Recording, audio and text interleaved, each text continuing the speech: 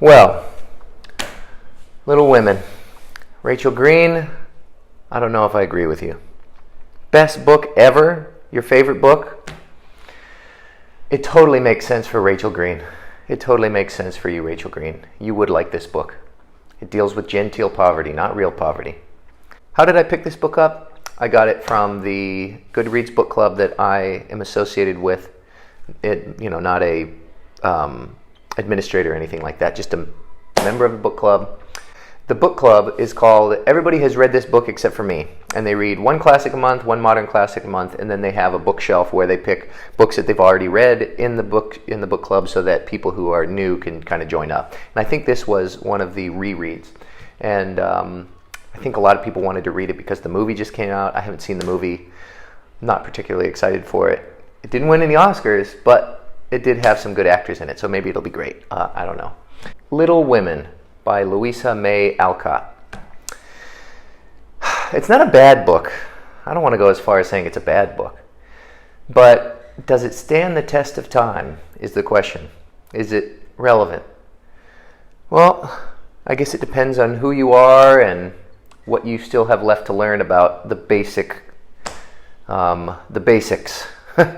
What you still have left to learn about the basics. About basically the basics of being a good human being. Or a good Christian human being, really a good Western human, just a good human being. So, why did I not love this book?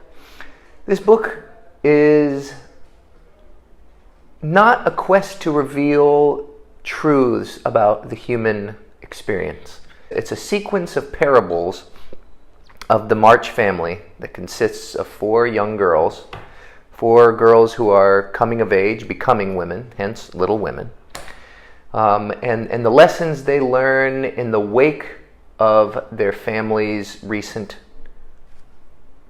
poverty, which really just means they aren't as rich as they would like to be. The parables of their lives, how they learn, what it means to be in a good marriage, the type of effort that you have to put into getting rid of your bad behaviors and replacing them with good ones, how to navigate the world without pride and envy. And, it's a cute little book. It's a cute little romance novel. But I don't know if it stands the test of time. For me, what makes a great book is not necessarily a great story or a great plot. I like to be able to engage with the characters, and this book has that. But I want it to reveal those little moments, those qualities of the human experience that we can all relate to, and reveal them. Not preach to me what it means how I should be a good person. Not tell me how to live my life. And that's what this book really does. It's an exercise in diluting down to the essence that which makes a good human being, and how to apply those lessons into your life. It's very preachy. It's like the Bible. I think that's a common complaint that people have about this book. We're going to go into a little bit of spoiler section here because there are specific things that really kind of let me down with this book. Maybe before I go into what let me down, I should say what was the best part about this book. And this is what makes this book, I think, a classic for me. One of the main characters is a tomboy named Joe who doesn't seem to fit into the mold of what was, I guess not a Victorian, but the equivalent of a Victorian-aged woman in America, a 1800s housewife, or one who is being prepped to become kind of a housewife. She doesn't fit that mold. Early on in the course of the book, she develops this very strong relationship with her rich neighbor, Laurie, who's her own age, really neat guy. Apparently he's pretty handsome. And, he's got a great personality, and he's kind of everything that you would really want in a suitor for her. And I think that it isn't necessarily inappropriate to use the word suitor when it comes to this particular story with its very antiquated takes on, gender norms and stereotypes. So anyway, they kind of develop this really, really neat relationship, and they are getting along just fine, and you really are shipping for them. You want them to get together by the end of the book.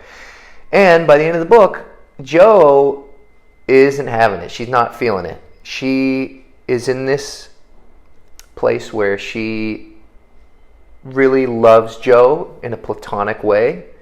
She loves him as a friend, and she doesn't want to sacrifice that relationship and that bond that they have. But Laurie wants more. And he kind of throws a prissy Madonna hissy fit when he finds out that he can't have more. And, you know, in true rich boy nature, I guess, prep boy nature, he decides he's going to go off to Europe and, I don't know, sow seeds or something like that. And, you know, he leaves off for Europe and just kind of is a bum rich guy for however many months. And ends up getting together with Joe's sister, younger sister, Amy. And then he marries her and he comes back and he has this reunion with Joe. And the best part of the book, in my opinion, is their reunion, where as much as I just kind of made fun of Laurie, he comes back and he's able to rekindle their friendship. And really it's not a love story. The book in and of itself turns out to not be a love story about, you know, these two kids who grew up together and it ended up together. It's about these two kids who grew up together as friends and were able to maintain that friendship in spite of that boundary that we don't seem to ever want to cross, where men can be in great platonic, lifelong relationships with women and vice versa. So that's the best part about the book. And so many, you know, I've been reading a lot on Goodreads and a lot on like Reddit and stuff like that. And so many people dislike that part of the book. They're unhappy with the fact that how could Amy go with Laurie at the end? She betrayed her sister, or they don't make sense together. And how can Joe and Laurie not end up together? It's the perfect romance. Well, we've seen that romance before. It's nothing, you know, Louisa May Alcott decided to write a different type of story. And I applaud that part about the book.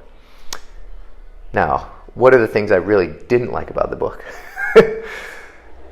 Louisa May Alcott sets her book right smack dab at the beginning of the Civil War, and she has the father of the March family, of these four sisters, go off to war. He's not young enough to be a soldier, and apparently he has, I don't know, maybe it's because of his age, maybe it's because he has, you know, health problems or whatever. He can't be a soldier, a general, or anything in that type of capacity.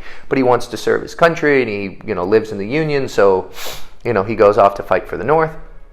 And we don't really ever hear about any of his experience off at war. Okay, now this is called Little Women, so it's about the little women during wartime. And since women didn't go off to war, okay, fine. I didn't need to see any battles or anything like that. But when he comes back, there's no exploration of, you know, what it meant for the implications of what it meant for the sisters, that their father was off at war, what it meant for him and how he treated his family after that point. You know, we don't see any real consequences that are functions of the time and place that they live in. And it just doesn't make sense to me. Why would the bloodiest war in American history by death count not be, you know, more explored in a book that very specifically and intentionally set its setting in that time and place? I just don't get it. Oh, man. The other thing that I was not too big a fan of was the following. From the very first scene in the book, the March sisters are complaining about how poor they are and how there's not going to be any presents for Christmas and how they have these gloves that are too old and ratty. And they just are constantly complaining about how they don't have the nicest dresses to go out to these public and social events. And if you're going to explore poverty, or you're going to explore, you know, what it means to be poor in a book, make your characters poor. You know, these people are just really complaining about the inconveniences of the middle class lifestyle after having spent their you know, previous youth in a state of wealth. And so now that they've kind of been knocked down into the middle class, they have so many complaints about it.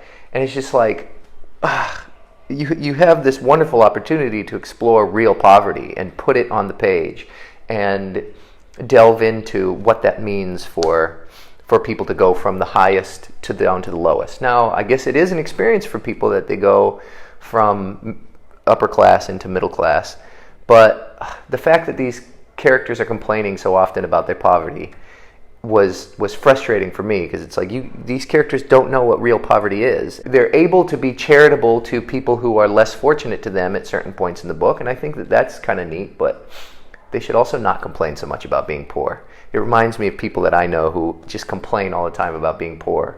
And it's like, you don't know what real poverty is. You shouldn't get to complain about that. Anyway, that's how I feel about this book. I don't want to hate on this book because I know it's a beloved classic, and I think that one of the things that is important to remember about this book is it's probably really directed at, children, young teens. That's kind of really who the book is aimed at.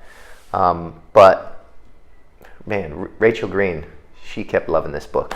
Don't forget to like and subscribe. Leave a comment below. Hope to see you soon.